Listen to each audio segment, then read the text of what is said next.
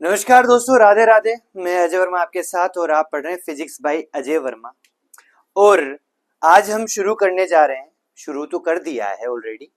आज हम जो शुरू किया था सदिश, उसका अगला पार्ट स्टार्ट करने वाले हैं, जो कि है सदिशों का योग। दो सदिशों का योग कैसे करते हैं या एक से दो से अधिक सदिशों का योग कैसे करते हैं वो हमें देखना है। मैंने पहले कह दिया था सदिशों का योग जो होता है अदिश राशि से थोड़ा डिफरेंट होता है। जैसे अदिश राशि में आप 4+4 करोगे तो 8 आता है, लेकिन यहाँ पे 4+4 करने पर जरूरी नहीं है 8 आए, जरूरी नहीं, आ सकता है लेकिन जरूरी नहीं है। इसका अलग मेथड होता है, सदिश को सोल्व करने का अलग मेथड होता है, उसको ही हम आज देखेंगे। क्यों होता है? क्योंकि इसके पास अपनी एक डायरेक्शन होता है, इस डायरेक्शन की वजह से थोड़े बहुत चेंजेस आते हैं, उनको समझना है। तो सदिशों के योग करने के दो तरीके होते हैं, दो मेथड होते हैं। पहला होता है ग्राफीय और दूसरा होता है विश्लेषणात्मक।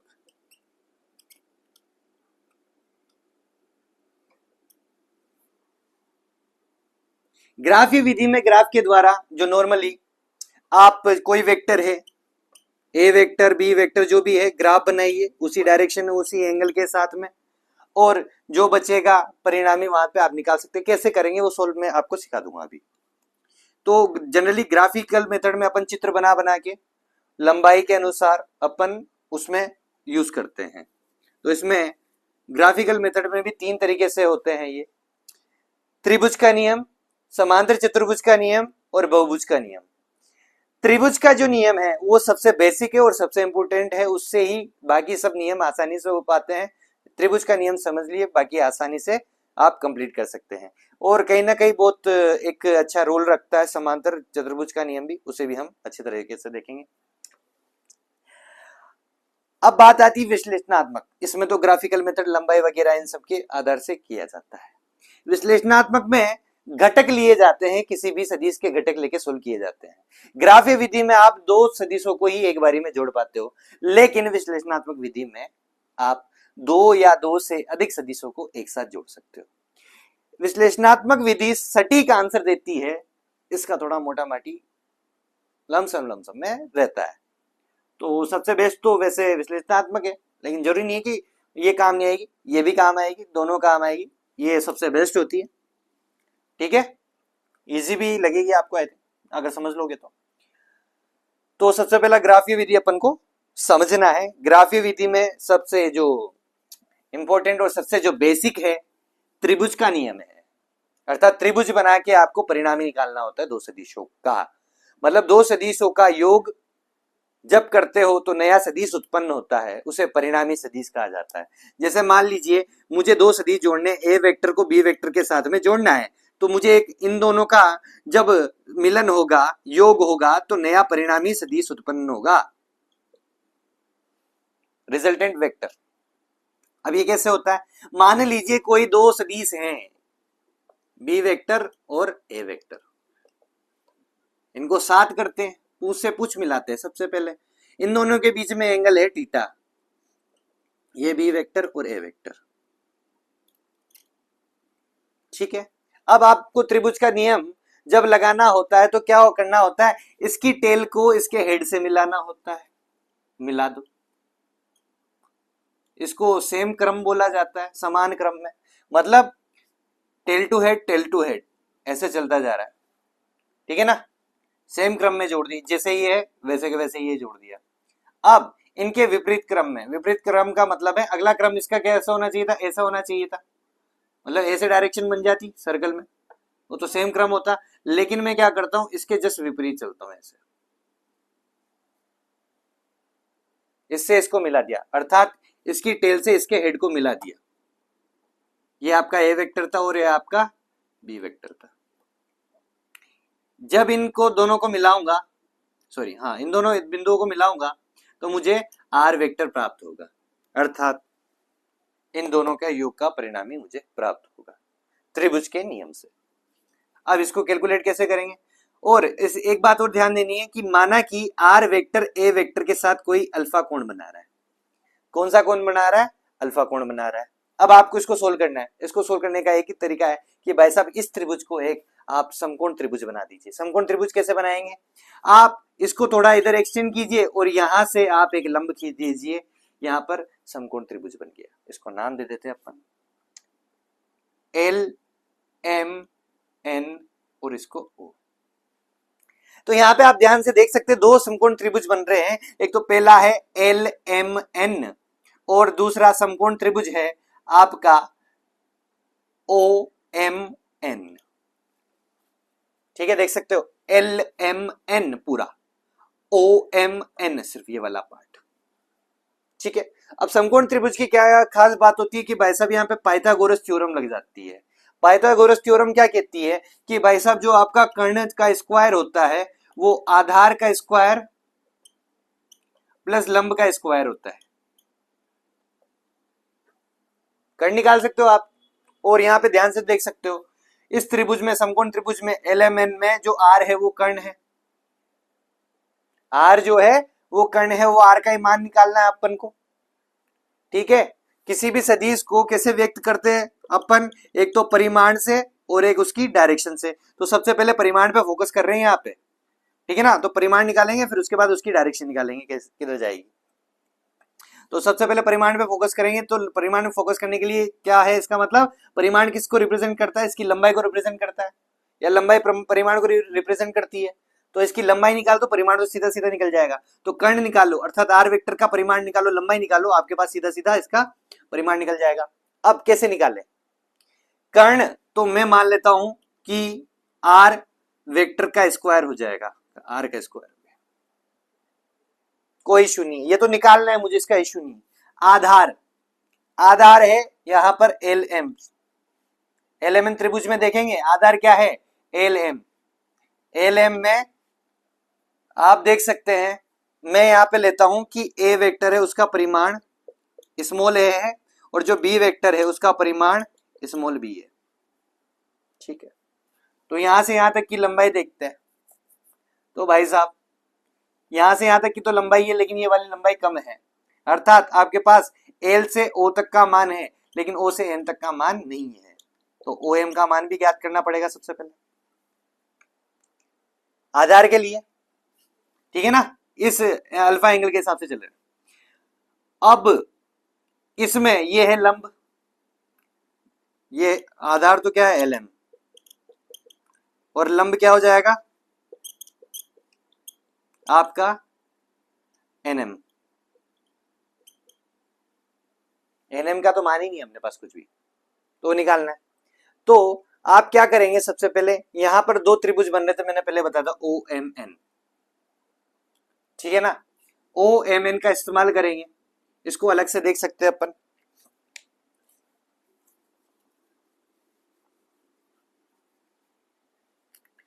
ओ एम एन में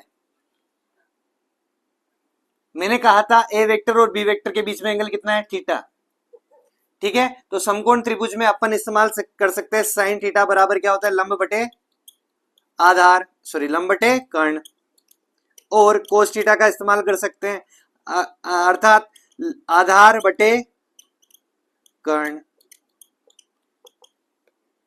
साइन थीटा के हिसाब से लंब मुझे निकालना है, तो इस वाले ओ एम एन में कर्ण क्या हो जाएगा बी वेक्टर, बी वेक्टर का परिमाण कितना है दैट इज बी, बताया था अभी थोड़ी देर पहले बी। तो बी को साइन थीटा से गुणा कर देते, इसको इधर भेज देते, तो बी साइन थीटा क्या हो जाएगा अपना लंब हो जाएगा। आप कैपिटल में भी ले सकते हो, कोई इशू नहीं है। अगर बी इसको कैपिटल बी लेना चाहते हो, ऐसे लेना चाहते हो कि भाई साहब इसको कैपिटल बी में परिमाण, क्योंकि जनरली मैंने बताया था आपको कि ये वेक्टर है तो इसका परिमाण ऐसे लिख सकते हैं या फिर ए ऐसे लिख सकते हैं, आप लिख सकते हो, कोई ऐसा इशू नहीं है, इसको कैपिटल ए ले लेते हैं, बहुत सारे कंफ्यूज हो जाएंगे। तो ठीक है, अब लंब मिल गया आपको अर्थात एनएम का मान मिल गया, वहां पे लिख सकते हैं। लेकिन उससे पहले आधार का जो ये पार्ट बचा है ओ एम वाला पार्ट, ओ एम वाला पार्ट भी निकाल दें। कोस थीटा बराबर क्या था आधार बटे कर्ण,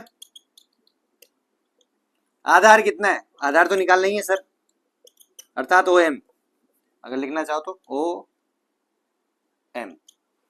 कारण कितना है, वही बी, बी को इधर गुणा कर दो, बी कोस थीटा, अर्थात आपका ओ एम का मान कितना आ गया, बी कोस थीटा। तो मान डालो, ओ एम की जगह क्या आ गया यहाँ पे, B cos theta, N M की जगह क्या आ गया यहाँ पे, एन एम की जगह बी साइन थीटा, यहाँ पे डालो। तो आर स्क्वायर बराबर क्या हो जाएगा, आधार का स्क्वायर, आधार कितना है ये वाला, ए प्लस बी कोस थीटा का होल स्क्वायर, और इधर क्या हो जाएगा, लंब का स्क्वायर अर्थात बी साइन थीटा का होल स्क्वायर। हटा दूं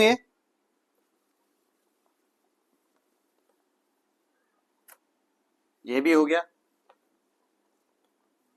अब इसको फर्दर सोल्व कर देते हैं। ए प्लस बी, ये यहां पे लगेगा अपना formula, A plus B, sorry यहाँ पे ए प्लस बी का होल स्क्वायर बराबर क्या होता है, A square plus B square plus 2ab, यही होता है, इसी का इस्तेमाल करेंगे यहाँ पे। तो आर स्क्वायर बराबर हो जाएगा A square plus B square cos square theta, पूरे पे स्क्वायर होगा, प्लस 2ab कोस थीटा, ठीक है, आ गया। अब आगे क्या था, B square sine square theta, पूरे का स्क्वायर हो रहा था, हो गया। अब देखें, इसमें और इसमें बी स्क्वायर कॉमन आ रहा है, तो साथ लिखेंगे A square plus B square common आ गया, यहाँ पे cos square theta plus sine square theta plus 2ab cos theta, cos square theta plus sine square theta कितना होता है, 1 होता है, तो 1 हो गया। तो A square plus B square into 1, B square ही होगा, प्लस 2ab कोस थीटा, अर्थात आर स्क्वायर। तो मैं लिख सकता हूं, स्क्वायर हटाऊंगा तो यहाँ पे आर का जो परिमाण है वो कितना आ गया, under root of A square plus B square plus 2ab cos theta. ये फॉर्मूला आप याद रखना, इंपॉर्टेंट है। दो सदिशों का कभी भी योग करोगे तो उसका परिमाण निकालना है, अर्थात परिणामी वेक्टर का जो परिमाण निकालना है उसके लिए ये फॉर्मूला होता है, ए का परिमाण का स्क्वायर बी के परिमाण का स्क्वायर प्लस 2 इंटू ए का परिमाण बी का परिमाण और उनके ए और बी के बीच का कोण का कोजा, कोजा बोले तो कोसाइन, कोस, ठीक है। ये है आपका त्रिभुज का नियम। अभी निकला है सिर्फ परिमाण, क्या निकला है, परिमाण, इसको नोट डाउन कर लेना, ये इंपॉर्टेंट फॉर्मूला है। और कैसे निकाला, समकोण त्रिभुज बना के निकाला। अब इसमें डायरेक्शन चाहिए, डायरेक्शन मतलब क्या, सबसे डायरेक्शन का बेस्ट तरीका होता है कि भाई साहब ये ए वेक्टर के साथ कितना कोण बना रहा था, अल्फा कोण बना रहा था, यहाँ पे देख सकते हैं। इस अल्फा को फाइंड कर लो तो पता चल जाएगा कि ए वेक्टर से किस डायरेक्शन में जा रहा है। अगर ए वेक्टर आई गैप में जा रहा है तो ए वेक्टर से अर्थात एक्स डायरेक्शन से इतने डिग्री पर जा रहा है, अपन ऐसे लिख सकते हैं, ठीक है ना। तो टेन अल्फा, समकोण त्रिभुज तो बन ही रहा है पूरा एलएमएन में। समकोण त्रिभुज में टेन अल्फा बराबर क्या होता है, लंब बटे आधार, क्या होता है, लंब बटे आधार। तो लंब कितना है, बी साइन थीटा, और आधार कितना है, a plus b cos theta. ये आपका टेन अल्फा, अर्थात अल्फा बराबर हो जाएगा tan inverse b sine theta upon a plus b cos theta. ये फॉर्मूला भी इंपॉर्टेंट है, ये दोनों चीजें आपको याद होनी चाहिए। आई होप आपको समझ में आ गया होगा कि त्रिभुज के नियम में अपन ने समकोण त्रिभुज बना के सब कुछ किया है, ठीक है। अब मैं चलता हूं समांतर चतुर्भुज पे।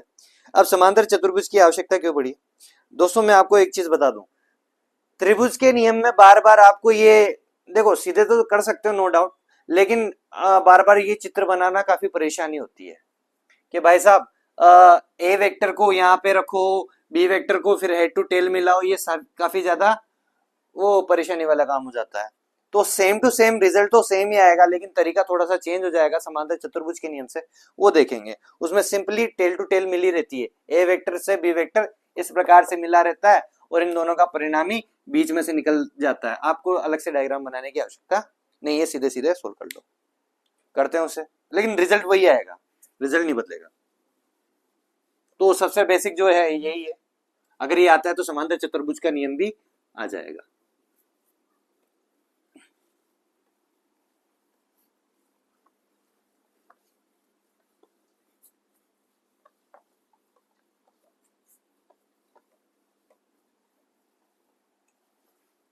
अब हम समांतर चतुर्भुज का नियम करने वाले हैं।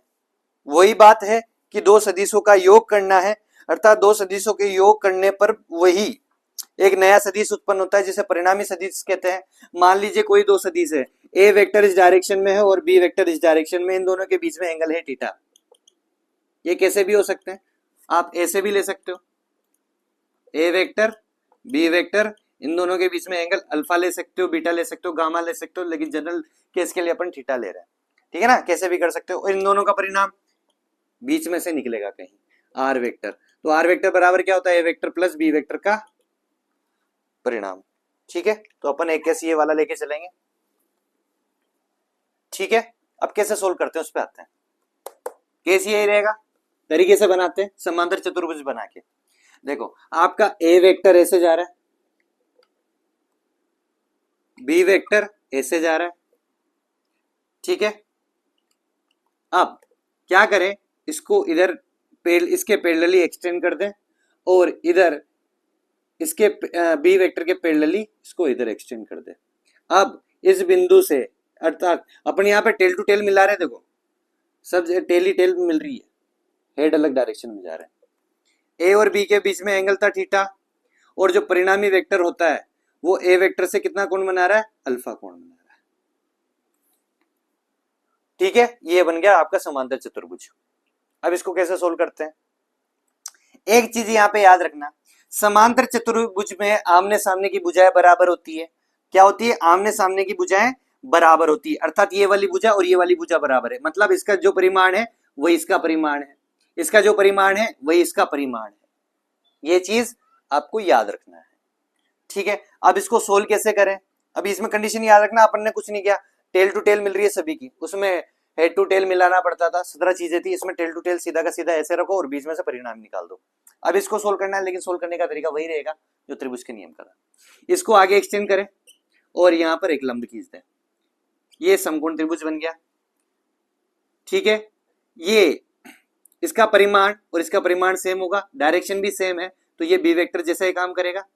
तो इसका परिमाण अगर बी है, बी वेक्टर, तो ये दोनों समान सदिश हो जाएंगे अगर यहाँ पे कोई सदिश खींचता हूं तो मैं, ठीक है ना। क्योंकि डायरेक्शन समान सदिश की कहानी क्या है कि भाई साहब आपके डायरेक्शन अर्थात दिशा समान होती है, परिमाण समान होता है, लंबाई समान है और दिशा भी एक यही है, तो दोनों क्या हो गए, समान सदिश। तो मैंने ये बी वेक्टर मान लिया। अब इन दोनों के बीच में एंगल था थीटा, वही केस हो गया त्रिभुज वाला, ठीक है ना। तो ये कितना, ये लंब था, ये आधार था इस वाले त्रिभुज के लिए, तो ये आ रहा था आपका बी कोस थीटा, ये आ रहा था आपका बी साइन थीटा, यही आ रहा था। फिर से ये समकोण त्रिभुज बन गया, इसको नाम दे देते हैं अपन, वही L M N O, same to same वही केस बन गया, इससे भी सेम रिजल्ट ही आएगा।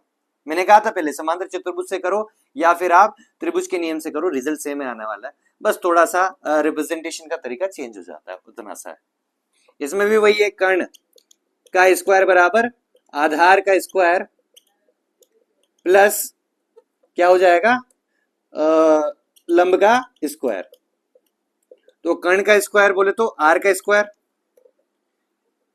आधार का स्क्वायर, आधार कितना है, ए वेक्टर का परिमाण कितना था, ए प्लस बी कोस थीटा, आधार यही था अपना पूरा, ए प्लस बी कोस थीटा, इसका स्क्वायर हो गया यहाँ पे बी साइन थीटा, लंब क्या है, बी साइन थीटा का स्क्वायर। फिर से वही जोड़ोगे तो इसको करोगे a square plus B square cos square theta plus 2ab cos theta. अब इसको सोल्व करोगे plus B square sine square theta, ठीक है ना। तो आर स्क्वायर बराबर, इसमें ये और ये, इसमें से बी स्क्वायर कॉमन लोगे, a square plus B square common लिया तो cos square theta plus sine square theta, ये हो जाएगा 1, ये प्लस 2ab कोस थीटा, तो ये हो गया a square plus B square plus 2ab cos theta. तो आर स्क्वायर था, तो आर का स्क्वायर हटेगा तो यहाँ पे अंडर रूट आ जाएगा, ये आपका आर का परिमाण वही आ जाएगा। फिर से टेन अल्फा निकालना है, तो टेन अल्फा क्या हो जाएगा, टेन अल्फा हो जाएगा आपका वही लंब बटे आधार, अर्थात लंब क्या है बी साइन थीटा और आधार कितना है a plus b cos theta, A plus b cos theta. कुछ अंतर नहीं है, बस रिप्रेजेंटेशन का अंतर है और कुछ भी नहीं है। मैंने कहा था ये फॉर्मूला याद रखना, ये फॉर्मूला इंपॉर्टेंट है। अब इसमें खास बात ये हो जाती है कई बार कि भाई साहब ए वेक्टर के साथ बनने वाला परिणामी सदिश का एंगल अल्फा है, अल्फा निकाल सकते हो, तो भाई साहब ये वाला एंगल होगा, इसका नाम दे देता हूं बीटा। तो बोल देता है कई बार कि बीटा के साथ बनने वाला कोण निकालो, परिणामी सदिश का बीटा के साथ बनने वाला कोण निकालो, तो वो भी निकालना पड़ जाता है कई बार। तो कैसे निकालेंगे, सेम जैसे इसमें एक्सटेंड किया था बिल्कुल वैसे के वैसे ही होता है, ठीक है। अब इसको आगे एक्सटेंड कर देते हैं अपन और यहां पर ऐसे लंब खींच देते इस पर, ठीक है। ये लंब खींच दिया, मैंने कहा था ये इसका परिमाण और इसका परिमाण समान होगा, तो ये भी और डायरेक्शन भी सेम, यहाँ पे ऐसे ही मैं कोई सदिश खींच देता हूं, तो ये वाला सदिश ये वाला सदिश समान होंगे, तो इसको ए वेक्टर लिख सकता हूं, लिख सकता हूं। ये समांतर चतुर्भुज बन गया। अब समांतर चतुर्भुज नहीं, समकोण त्रिभुज बन गया।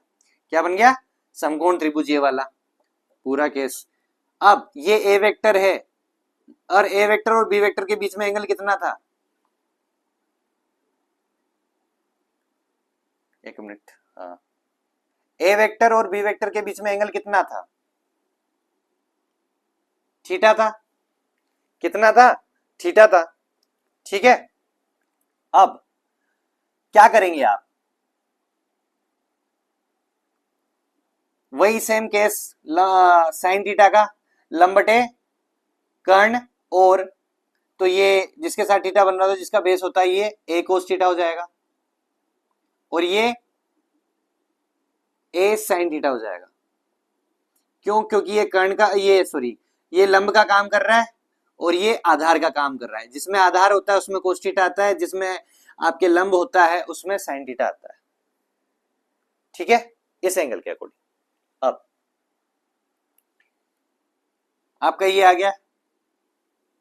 अब आपको टेन बीटा चाहिए, टेन बीटा ये हो गया, तो लंब का काम ए साइन थीटा कर रहा है और आधार का काम B plus a cos theta कर रहा है। जस्ट चेंज हो गया, उल्टे हो गया, ठीक है ना। क्यों हुआ मैंने बता दिया, क्योंकि इस वाले में बी वेक्टर का इंपॉर्टेंट रोल था, इस वाले में ए वेक्टर का इंपॉर्टेंट रोल है, ठीक है ना। यहाँ पे ए वेक्टर से सब कुछ ये भुजाएं निकल के आ रही है और यहाँ से बी वेक्टर से निकल के आ रही थी, इसलिए यहाँ पे बी साइन थीटा और ए बी कोस थीटा आ रहा था। यहाँ से ए से निकल के आ रही है तो a sine theta divided by a b plus a cos theta आ रहा है। ये हमारे समांतर चतुर्भुज का नियम, अल्फा निकाल लिया, बीटा निकाल लिया। अब इनके एक दो क्वेश्चंस कर लेते हैं हम, वो समझते हैं।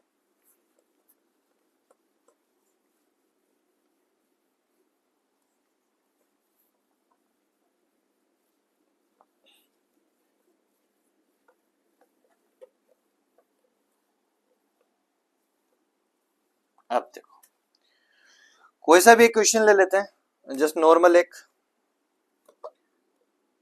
कोई सदिश है या कोई बल है, बल एक सदिश राशि है, ठीक है ना। कोई एक ब्लॉक है, उस ब्लॉक पर बल लगता है F1 वेक्टर इस डायरेक्शन में और F2 वेक्टर इस डायरेक्शन में। इन दोनों के बीच है एंगल 30 डिग्री। कितना है, एंगल 30 डिग्री। अब इन दोनों का परिणामी याद करना है। F1 का मान है 4 न्यूटन और F2 का मान है आपका 3 न्यूटन। इन दोनों के बीच में एंगल 30 डिग्री अर्थात थीटा बराबर 90 डिग्री। अगर सीधे सीधे फॉर्मूले से करूं मैं, फॉर्मूला क्या है, आर वेक्टर निकालना, आर वेक्टर इन दोनों के बीच में जाएगा। अगर समांतर चतुर्भुज के नियम से करो तो बीचों बीच में से जाएगा, ये आर वेक्टर हो जाएगा। अब फॉर्मूला क्या है, आर वेक्टर का परिमाण बराबर अंडर रूट ए स्क्वायर प्लस बी स्क्वायर अर्थात F1 का स्क्वायर बी स्क्वायर अर्थात F2 का square plus 2F1 F2 cos theta. इसमें मान डालेंगे, F1 का मान कितना है 4 का स्क्वायर प्लस F2 का मान कितना है 3 का square 2 into 4 into 3 F1 F2 और कोस थीटा कोस 30 डिग्री। ठीक है, तो अंडर रूट 4 का स्क्वायर 16, 3 का स्क्वायर 9 और 4 2 8, 8 3 24 और यहाँ पे कितना आ जाएगा √3/2। कोस 30 कितना होता है √3/2, 2 ये है 12 टाइम्स। 16 + 9 अंडर रूट में 25 और यहाँ पे 12√3। आगे फर्दर सोल्व करने के लिए आप √3 का मान डाल सकते हैं 1.71, आगे सोल्व कर सकते हैं और यहाँ पे भी आप छोड़ सकते हैं। परिणाम में काफी गंदा आ रहा है, मैंने ऐसे ही कोई सब एग्जांपल ले लिया था। ठीक है ना, अब यहाँ पे ये हो गया है 60 डिग्री लेते तो आई थिंक अच्छा आंसर आ जाता, थोड़ा बहुत ही आता, ज्यादा खास नहीं। 30 डिग्री के हिसाब से कोई सा भी अपन से पूछ के थोड़ी ना आएगा, अपन को तो हर चीज की प्रैक्टिस रखनी है। अब अल्फा निकालना है, टेन अल्फा किसके साथ होता है f1 के साथ, अर्थात ए वेक्टर के साथ। ए वेक्टर यहाँ पे f1 का काम कर रहा है। ये क्या था, इसका formula b sin theta divided by a + b cos theta. अब अर्थात इसका फॉर्मूला यहाँ पे बनेगा f2 sin theta divided by f1 + f2 cos theta. तो f2 का मान कितना है 3 है, f2 का मान 3, sin थीटा बराबर अर्थात sin 30 कितना होता है 1/2। f1 का मान 4 है और यहाँ पे f2 का मान 3 है, 3 इंटू cos 30 √3/2। ये हो गया, सोल्व करेंगे 3/2, यहाँ पे इसको एलसीएम लेंगे तो 8, 3√3 डिवाइडेड बाई 2, 2 से 2 गया तो 3/8 + 3√3 आपका tan अल्फा आ जाएगा, अर्थात अल्फा बराबर tan इनवर्स 3, 8 + 3√3। ऐसे सोल्व करना है, ठीक है ना, फॉर्मूले से। तो अब फॉर्मूले के अलावा अगर आपको चित्र बनाना पड़ जाए इसका कि त्रिभुज का नियम के लिए सचित्र वर्णन करो वगैरह, ऐसा कुछ आ जाए तो आपको क्या करना है, f1 वेक्टर को बिल्कुल ऐसे कैसे लेना है। अब f1 वेक्टर के हेड से इसकी f2 वेक्टर के टेल से मिला दो, तो ये f2 वेक्टर हो गया। अब इसकी टेल से इसके हेड को मिला दो तो ये आपका r वेक्टर हो जाएगा। r वेक्टर बराबर f1 vector plus f2 vector का, ठीक है, ये अल्फा एंगल और ये थीटा एंगल। और समांतर चतुर्भुज का बनाना तो बीच में सीधे टेल टू टेल मिलानी है सीधी की सीधी। अब आपको सोल्व करना हो गया होगा। अब एक और क्वेश्चन लेते हैं।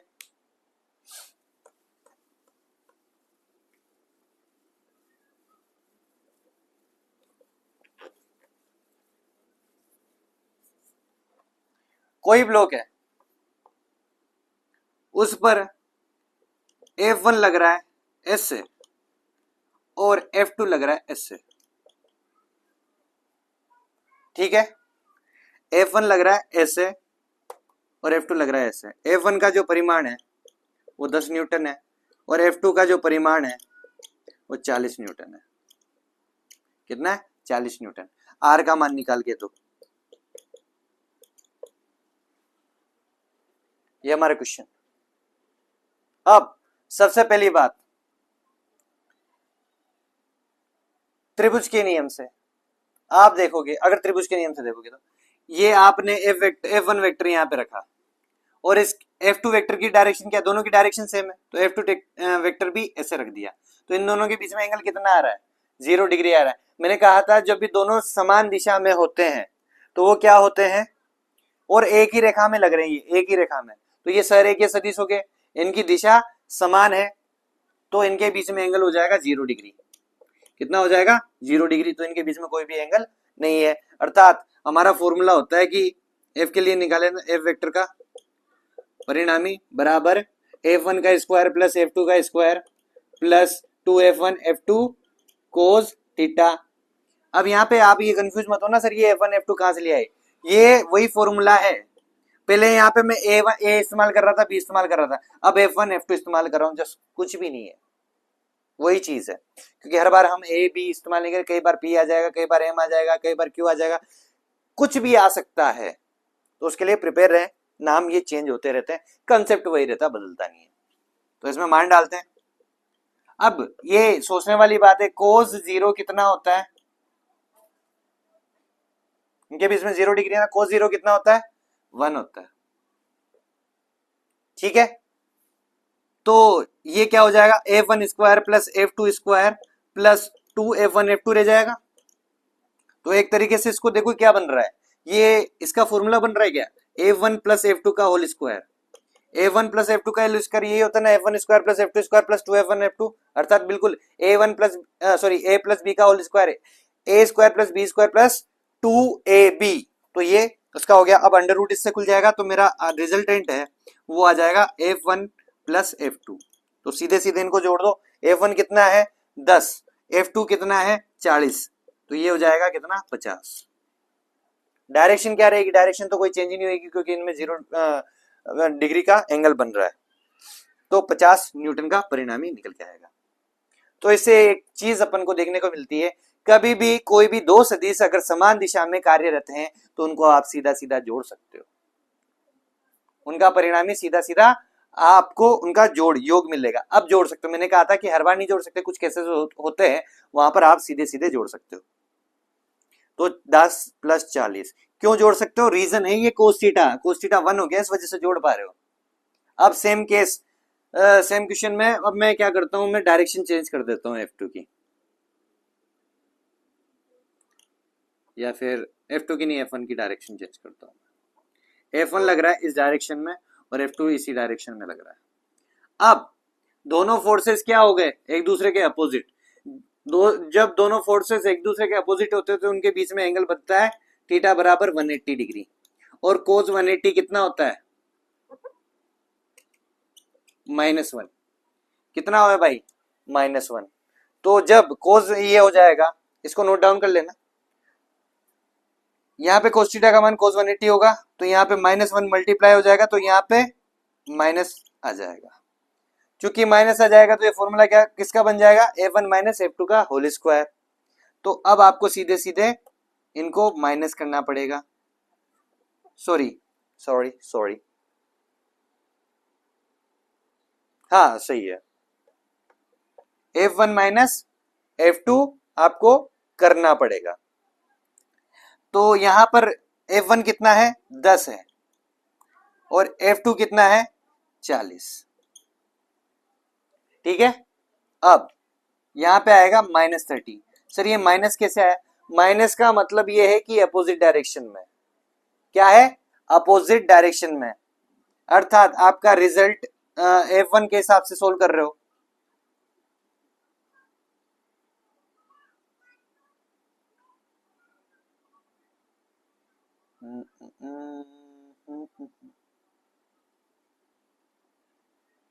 हाँ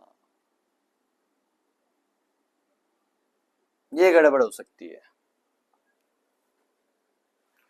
हाँ लेकिन वो सही है जो आपने मान के चला, आप मान के चले हो f1 माइनस f2। हाँ अपन ने गड़बड़ की है, यहाँ पे क्या होता है, अगर ये यहाँ पे f2 माइनस में हो रहा है तो इसका मतलब है ये नेगेटिव डायरेक्शन में, जो आप f2 की डायरेक्शन ले रहे हो उसके अपोजिट ये आंसर आ रहा है यहाँ पे -30 का। इसको चेंज करते हैं अपन,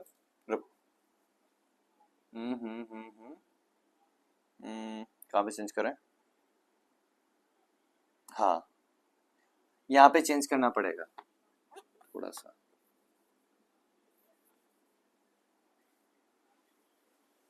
टू f1 माइनस f2,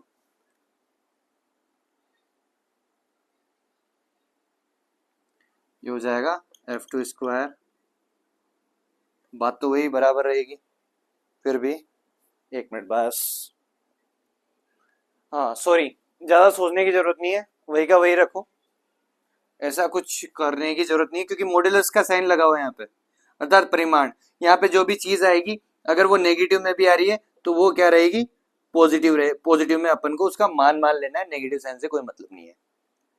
जब डायरेक्शन आएगी तब देखा जाएगा, यहाँ पे जनरली माइनस साइन डायरेक्शन को रिप्रेजेंट करता है, अर्थात जो अपन ने जो डायरेक्शन लेके चले हैं, यहाँ पे क्या हो रहा है अपनी जो डायरेक्शन है f2 की, अगर f2 के आगे माइनस साइन आ रहा है तो उसका मतलब ये लेके चलते हैं कि f2 नेगेटिव डायरेक्शन में है।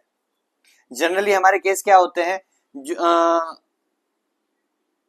छोड़ो, इतना ज्यादा मत सोचो।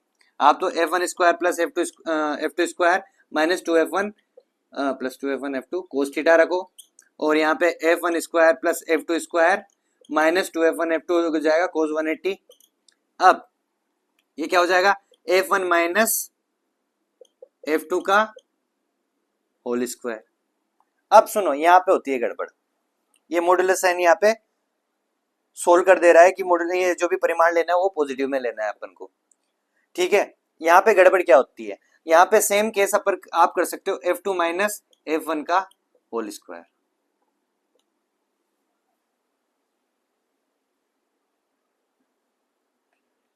ठीक है ना, मॉडुलस का साइन लग रहा है, मतलब यहाँ पे जो भी चीज आएगी वो धनात्मक आएगी। क्या आएगी, भले से वो माइनस में हो रहा है लेकिन आना क्या है, धनात्मक आ रहा है।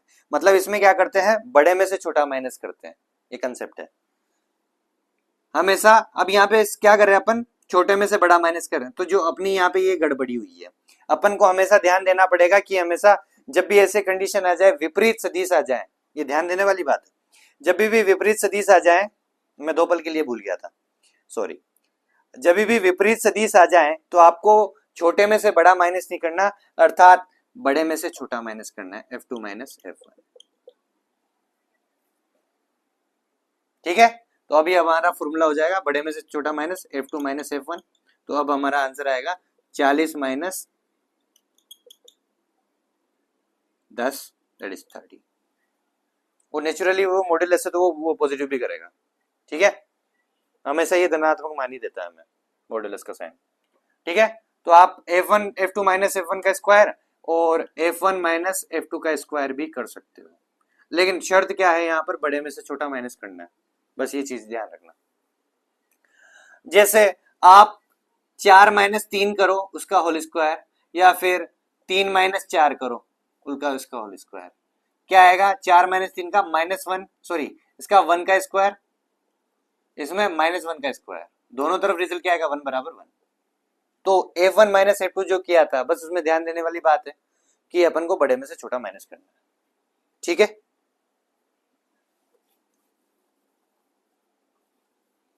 तो कभी भी समांतर सदिश होंगे तो उनको सीधा सीधा जोड़ देना, और प्रति समांतर सदिश होंगे, प्रति समांतर या फिर आप कह दो अपोजिट डायरेक्शन वाले, जस्ट एक सरेखीय सदिश हो, अगर समान दिशा में हो तो आप सीधे जोड़ देंगे, और आपके विपरीत दिशा में हो सरेखीय सदिश तो उनको सीधे सीधे माइनस कर देंगे, बड़े में से छोटा घटाना है।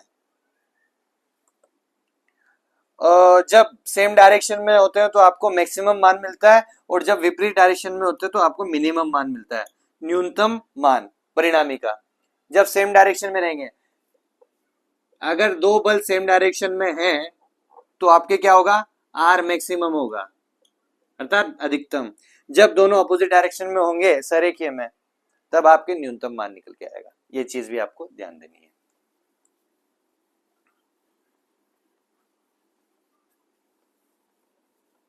अगला क्वेश्चन,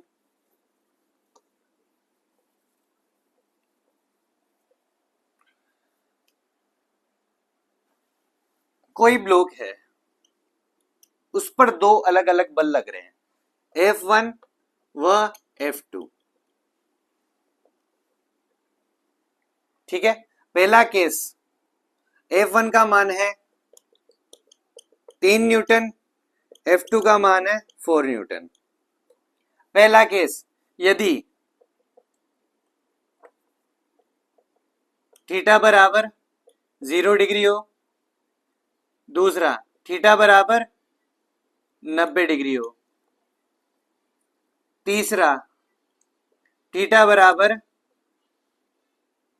60 डिग्री हो, ये कैलकुलेट करना है।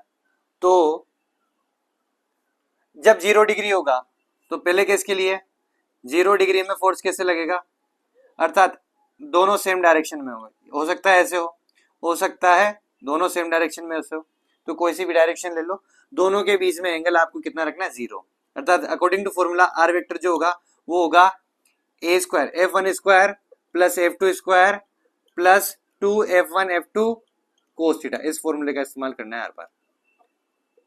तो पहले केस के लिए आर वेक्टर क्या हो जाएगा, 0 डिग्री है तो कोस 0 कितना होता है, 0 कोस 0 1 होता है, तो 1 कर देंगे तो ये क्या होगा, मैंने अभी थोड़ी देर पहले बताया था F1 प्लस F2 निकल के आएगा सीधा सीधा। ठीक है, F1 F2 निकल के आ गया तो आप सीधा सीधा जोड़ सकते हो, 3 और 4 5 हो जाएगा। इनका परिणामी कितना निकल के आएगा, 5 निकल के आएगा, अर्थात 5 न्यूटन निकल के आएगा। ठीक है, सेकंड सेम फॉर्मूला यूज करके आर वेक्टर, ये R1 हो गया, R2 वेक्टर, F1 का स्क्वायर, एंगल कितना है 90, ध्यान देने वाली बात है कोस 90 पर कोस 90 कितना होता है, 0 होता है, तो ये कितना हो जाएगा, पूरा 0 हो जाएगा, तो यहाँ पे बचेगा सिर्फ F1 square plus F2 square. तो F1 का स्क्वायर अर्थात 3 तिया 9, ओ सॉरी F1 प्लस F2 तो कितना होगा, 3 4 7 होता है, मैंने 5 लिख दिया, सॉरी 52 रह गया फिर से, ये 9 हो जाएगा, और F2 4 का स्क्वायर दैट इज 16, 25 आएगा, 16 और 9 25, और 25 का अंडर रूट 5 न्यूटन आपका आंसर आएगा, इसका आएगा 5 न्यूटन। दिमाग कई बार आगे की कैलकुलेशन इधर कर देता है, होता है मेरे साथ कई बार, कोई बात। अब अगला केस, थर्ड केस के लिए थीटा कितना है 60 डिग्री, तो कोस 60 डिग्री कितना होता है 1/2, 1/2 के हिसाब से सोल्व करते हैं, तो आर वेक्टर बराबर under root F1 square plus F2 square, मान ही डाल देते ना सीधा। F1 कितना है 3 का स्क्वायर अर्थात 9, F2 कितना है 4 का स्क्वायर 16 प्लस 2 F1 F2 अर्थात 3 और 4, और यहाँ पे कोस 60 का मान 1/2, 2 से 2 गया, 4 तिया 12, आर वेक्टर बराबर 9 प्लस 16 25, 4 तिया 12, 25 और 12 37, रूट 37 आपका परिणामी आएगा। तो अप्रोक्स 6 पॉइंट समथिंग आंसर आएगा, क्योंकि 6 का 36 होता है, 6 पॉइंट समथिंग। ऐसे सोल्व करते हैं। यदि आपको अल्फा निकालना है तो वही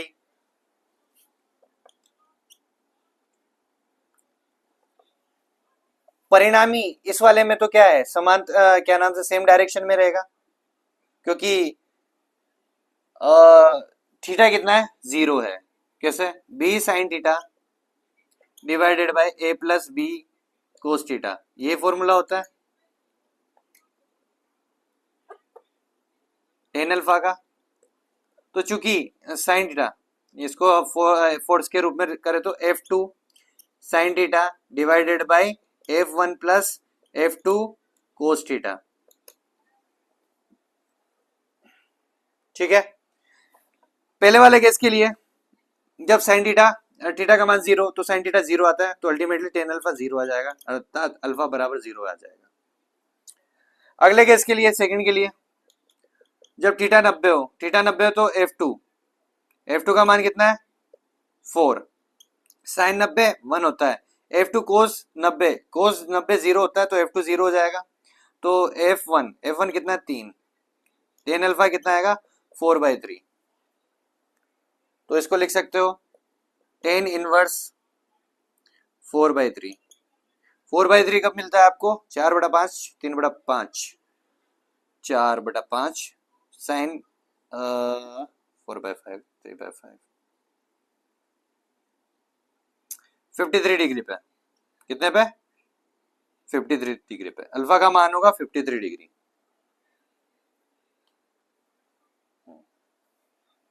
और थर्ड वाला केस है जब थीटा 60 डिग्री है, यहाँ पे लिख देता हूँ, थीटा 60 डिग्री है, तो टेन अल्फा बराबर साइन 60 कितना होता है √3/2 b, अर्थात F2 का मान 4 इंटू √3/2, 2 से गए 2 टाइम्स, नीचे a कितना है 3, b कितना है 4, कोस थीटा कोस 60 कितना होता है 1/2, 2 से गया 2 टाइम्स, तो 2√3 और 3 + 2 5, तो टेन अल्फा कितना आ जाएगा 2√3 डिवाइडेड बाय 5, तो अल्फा बराबर टेन इनवर्स 2√3 डिवाइडेड बाय 5, बस यहाँ तक ही आपको छोड़ देना है। ठीक है, ऐसे क्वेश्चन करने हैं इसके, बाकी कंसेप्ट यही है, आर पार बस थोड़ा सा क्वेश्चन घुमा देता है, इसके आगे के क्वेश्चन अपन अगले वीडियो में सोल्व करेंगे, लेकिन उससे पहले मैं बहुभुज का नियम भी बता देता हूँ। बहुभुज का नियम, समांतर चतुर्भुज का हो गया, त्रिभुज का हो गया, बहुभुज का नियम। जब त्रिभुज मतलब आपके सदिश बहुत सारे हो जाते हैं तो भुजाएं भी बहुत सारी बन जाएगी जब उनको क्रम से मिलाते रहोगे, ठीक है ना। तो वहां पे बहुभुज का नियम लगाना होता है, लेकिन फॉर्मूला तो यही, दो दो करके जोड़ो और अपना माथा फोड़ो, ठीक है। बहुभुज का नियम क्या है, मान लीजिए कोई 5 सदिश है मेरे पास, a vector, b vector, c vector, d vector, d vector ही ले लेते हैं चलो। ए वेक्टर इधर जा रहा है, बी वेक्टर इधर जा रहा है, सी वेक्टर इधर जा रहा है, डी वेक्टर इधर जा रहा है। ए vector, b vector, c vector और डी वेक्टर। अब इनका सारों का परिणाम ही निकालना है, तो अब इनको क्या करो आप, हेड टू टेल, सॉरी हाँ, आपको सबसे पहले ए वेक्टर बना देना है। क्या बना देना है, ए वेक्टर बना देना है। अब इसी क्रम में चलते जाओ, टेल हेड, अब फिर से सेम जैसा ये बना उसी एंगल के साथ में और उतनी लंबाई के साथ में, टेल हेड, बी वेक्टर। अब सी वेक्टर को देखो, इसकी टेल यहाँ पे है तो इसकी टेल उठा के सेम डायरेक्शन में ऐसे ले जाओ, सी वेक्टर। अब डी वेक्टर किधर है, इधर है, सेम डायरेक्शन में उसी लंबाई के साथ में यहाँ पे ले जाओ, डी वेक्टर। ये समान क्रम में चल रहे हैं, tail head, tail head, tail head, tail head. अब टेल हेड बचा नहीं कुछ भी अपने पास, तो ये जितना बचा हुआ मान है, अब इसकी टेल से इधर हेड को, इसकी टेल से टेल को, इसके हेड से हेड को मिला दो, मतलब विपरीत क्रम हो गया। तो ये बचा हुआ है, जितना इसका परिमाण होगा, जितनी इसकी लेंथ होगी, वही आपका आर वेक्टर हो जाएगा, अर्थात आर वेक्टर का परिमाण इसकी लेंथ हो जाएगी। यही बहुभुज का नियम है, ठीक है। आई थिंक आपको समझ में आया होगा। बहुभुज में हेड टू टेल सेम क्रम में चलना होता है, जो बची हुई स्पेस होती है सबको सेट करने के बाद में वही आर वेक्टर का परिमाण होता है, ठीक है। यही बहुभुज का नियम है, खास नहीं है। दो दो कर ए वेक्टर, बी वेक्टर, इन दोनों को साथ में जोड़ना है, फिर सी वेक्टर, डी वेक्टर को साथ में जोड़ो, उन दोनों का जो परिमाण आएगा फिर उन दोनों को फिर से जोड़ो, बार बार यही क्रम चलता रहता है, ठीक है। ये हमारा यहां पर आपके क्या बोलते हैं, समांतर सॉरी त्रिभुज का नियम, समांतर चतुर्भुज का नियम और बहुभुज का नियम हो गया। और आपको मैंने बता दिया है आर का मान अधिकतम कब होगा, जब दोनों सदिश सेम डायरेक्शन में होंगे। सेम डायरेक्शन में होने से क्या होता है, थीटा 0 डिग्री हो जाता है, ठीक है।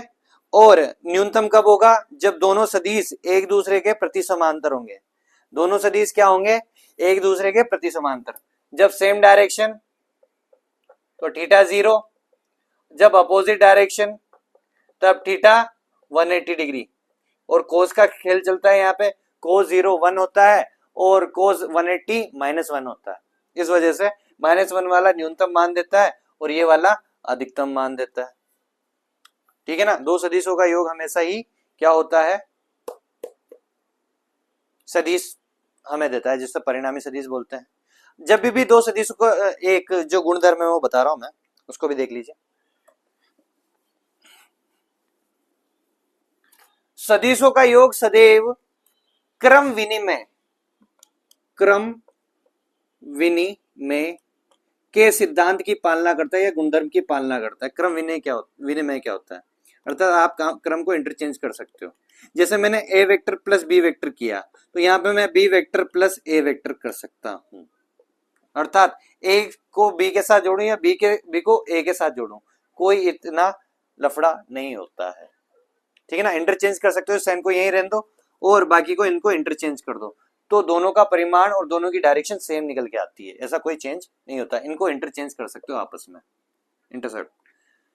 हाँ, अगला जो आपका त्रिभुज का योग का नियम है वो योग साहचर्य, बोले तो साहचर्य के गुणधर्म क्या या नियम की पालना करता है। साहचर्य का मतलब है ग्रुप बनाना। आप सदिशों को क्या करते हो, दो दो करके ही जोड़ सकते हो। तो मान लीजिए दो से अधिक सदिश आ गए तो क्या होगा, a vector plus b vector plus c vector हो गए तो क्या होगा, ग्रुप बनाने पड़ेंगे। अब इसमें ऐसा कोई आपके पास वो नहीं है कि भाई साहब आपको जरूरी है कि आप इन दोनों का ही ग्रुप बनाओ, इन दोनों का नहीं बना सकते, ऐसा कुछ भी नहीं है। इनको पहले सोल्व कर लो, फिर जो इनका जो सॉल्यूशन आया, परिणाम ये आए, उससे इसको जोड़ देना, सदिश वेक्टर के रूप में, सॉरी सदिश योग के रूप में, या फिर आप बी और सी को पहले जोड़ लो, फिर इन दोनों का जो परिणामी आए वो इससे जोड़ दो। रिजल्टेंट मतलब अर्थात परिणामी और डायरेक्शन सेम ही आएगी। हो सकता है आपकी इच्छा हो रही हो कि ए और सी का ग्रुप बनाऊंगा सर, मैं तो ए और सी को जोड़ूंगा, वो जोड़ सकते हो, क्योंकि क्रम विनिमय तो हो ही जाता है, ये उठ के इधर आ सकता है, इंटरचेंज हो सकता है, तो ऐसा कोई इशू नहीं है, किसी का भी ग्रुप बना के कैसे भी सोल्व कर लो, आंसर सेम आएगा। ठीक है, आर मैक्स निकालना मैंने बता दिया, आर मिनिमम निकालना मैंने बता दिया। थीटा बराबर जब 0 डिग्री होगा, थीटा बराबर 180 होगा। ठीक है, यहां पर आप a प्लस बी करते हो, यहां पर a माइनस बी करते हो, बड़े में से छोटा घटाते हो। ठीक है, आई थिंक यहाँ के लिए काफी आज के लिए, बाकी हम करेंगे कल आगे का, आगे देखेंगे। धन्यवाद, आई होप आपको समझ में आया होगा। Radhe Radhe, bye bye. Revise करते जाइए, कोई कंसेप्ट में आपको कुछ पूछना हो तो कमेंट कर सकते हैं आप, या कुछ चेंजेस करने हो तो कमेंट कर सकते हैं। ठीक है, धन्यवाद, Radhe Radhe, bye bye, good night.